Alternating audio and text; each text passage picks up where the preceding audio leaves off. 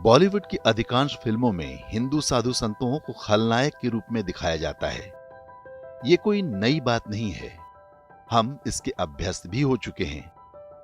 कई लोग तो मान भी चुके हैं कि हमारे साधु संत भ्रष्ट, लालची और दुराचारी होते हैं।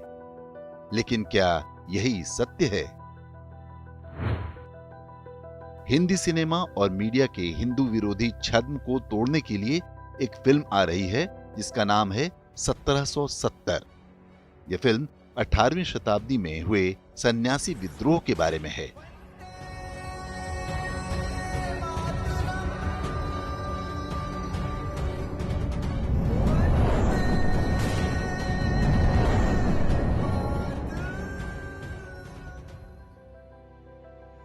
आपको यह जानकर आश्चर्य होगा कि अंग्रेजों से विद्रोह का बिगुल सबसे पहले हिंदू साधु संतों ने फूंका था। ये वो समय था जब मुगल आक्रमणकारियों का शासन अंतिम सांसें ले रहा था।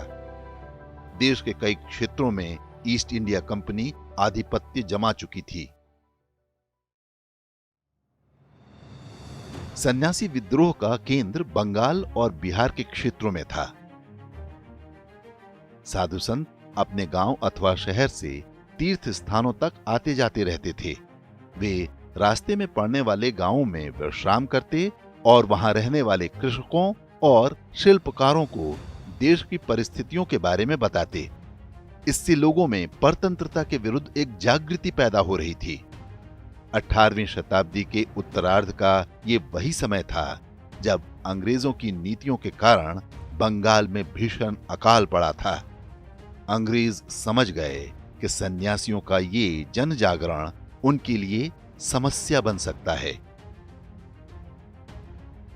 ईस्ट इंडिया कंपनी ने सन्यासियों को लुटेरा और अपराधी घोषित करके उनके कहीं भी आने जाने पर प्रतिबंध लगा दिया। इससे साधु संतों में भारी आक्रोश पैदा हो गया। पूजा पाठ और भजन कीर्तन तक सीमित रहने वाले साधुओं ने धर्म स्थापना के लिए शस्त्र उठा लिए। लाखों करोड़ों लोग अकाल में भूखों मर रहे थे। दूसरी ओर अंग्रेजों के भंडार अन्न से भरे हुए थे। साधु सन्यासी अंग्रेजों के अन्न भंडारों पर हमला करके उन्हें लूट लेते थे। लूट में मिला सारा अन्न और धन निर्धन परिवारों में वितरित कर दिया जाता था। इस क्रांति का प्रभाव ये हुआ कि सन्यासी समूह जनता के बीच बहुत लोकप्रिय हो गए। कई छोटे छोटे जमींदार, किसान और गांवों के लोग उनके साथ सम्मिलित होते गए और आंदोलन फैलता गया। इस विद्रोह का नेतृत्व पंडित भवानी चरण पाठक नाम के एक साधु ने किया। अंग्रेजों ने इस विद्रोह को एक आपराधिक घटना के रूप में दिखाने का प्रयत्न किया है। उनके अभिलेखों के अनुसार सन्यासी के नाम से डकैतों के दल अव्यवस्था फैला रहे हैं। ये तीर्थयात्रियों के रूप में बंगाल के कुछ क्षेत्रों में भिक्षाटन और लूटमार करते हैं। बंगाल में अकाल के कारण इनकी संख्या में वृद्धि हुई है। भुखमरी के कारण कई किसान भी इनके साथ हो गए हैं। 50 से 1000 तक के समूह में ये लूटमार और अग्निकांड जैसे अपराध करते हैं। अंग्रेजी शासन के विरुद्ध विद्रोह मुख्य रूप से दशनामी नागाओं और गिरी संप्रदाय के सन्यासियों ने आरंभ किया था। ये वर्ष 1770 से 1777 अर्थात 7 वर्ष तक सबसे उग्र रूप में था। अंग्रेजी ठिकानों पर सन्यासियों के छापामार हमले वर्ष 1800 तक जारी रहे। कई स्थानों पर उन्होंने अपना स्वतंत्र शासन भी स्थापित कर लिया था। इस विद्रोह में सहस्त्रों साधु संतों ने अपने प्राणों की आहुति दी। बंगाली उपन्यासकार बंकिम चंद्र चटर्जी ने सन्यासी विद्रोह पर ही आनंद मठ और देवी चौधरानी नाम से 2 पुस्तकें लिखी हैं। वर्ष 1882 में लिखी आनंद मठ में वंदे मातरम गीत भी है, जो आगे चलकर भारत का राष्ट्रगीत बना। वर्ष 1952 में आनंद मठ नाम से एक फिल्म भी आई थी। उसके गाने अत्यंत लोकप्रिय हुए थे।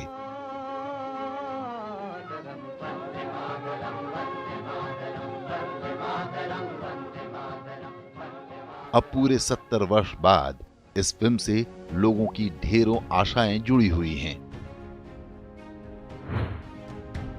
हिंदू साधु संतों के प्रति घृणा की जो नीति अंग्रेजों के समय ही आरंभ हुई थी, स्वतंत्र भारत में कांग्रेस ने उसे जारी रखा। साधु संतों को हमेशा संदेह की दृष्टि से देखा जाता रहा। अंग्रेजों से लड़ाई में उनके योगदान और बलिदान को स्कूली इतिहास में नाम मात्र का ही स्थान दिया गया है। स्वतंत्रता के ठीक बाद जवाहरलाल नेहरू ने ईसाई मिशनरी बैरियर एल्विन के साथ एक समझौता किया था, जिसके अंतर्गत नागालैंड में साधु संतों के प्रवेश पर प्रतिबंध लगा दिया गया। साधु संत ईसाई मिशनरियों द्वारा यौन शोषण और धर्मांतरण में रुकावट बन रहे थे। वर्ष 1941 में नागालैंड में एक भी ईसाई नहीं था। आज 88% जनसंख्या ईसाई बन चुकी है।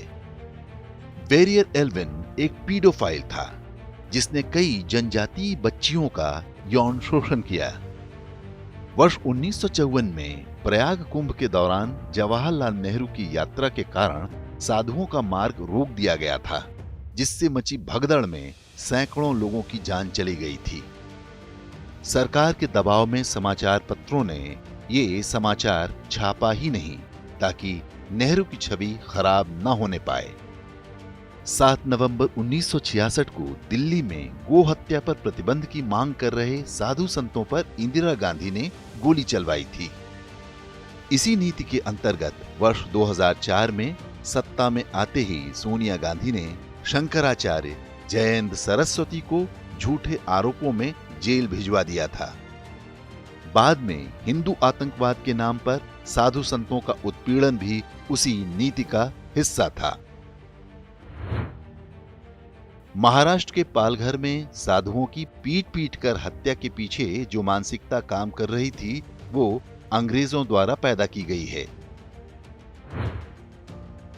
ढेरों फिल्में बनाई गई हैं जिनमें साधु संतों को बच्चे चोरी करते दिखाया जाता है।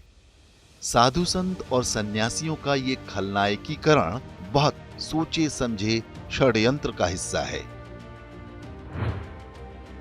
आशा है सन्यासी विद्रोह पर फिल्म से लोगों को इस देश का वास्तविक इतिहास पता चलेगा। नई पीढ़ी जानेगी कि मातृभूमि की स्वतंत्रता के लिए किसने अपना बलिदान दिया और किसने मलाई खाई। वे ये भी जान सकेंगे कि कैसे हिंदू सन्यासियों से अंग्रेजों की शत्रुता को कांग्रेस और उसका तंत्र आज भी निभा रहा है।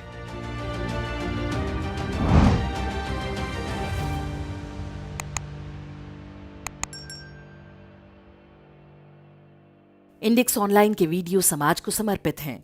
आप इनको डाउनलोड करके जैसे चाहे वैसे प्रयोग कर सकते हैं। चाहे तो आप हमारे टेलीग्राम चैनल से जुड़ सकते हैं। वहां सारे नए पुराने वीडियो आपको मिल जाएंगे।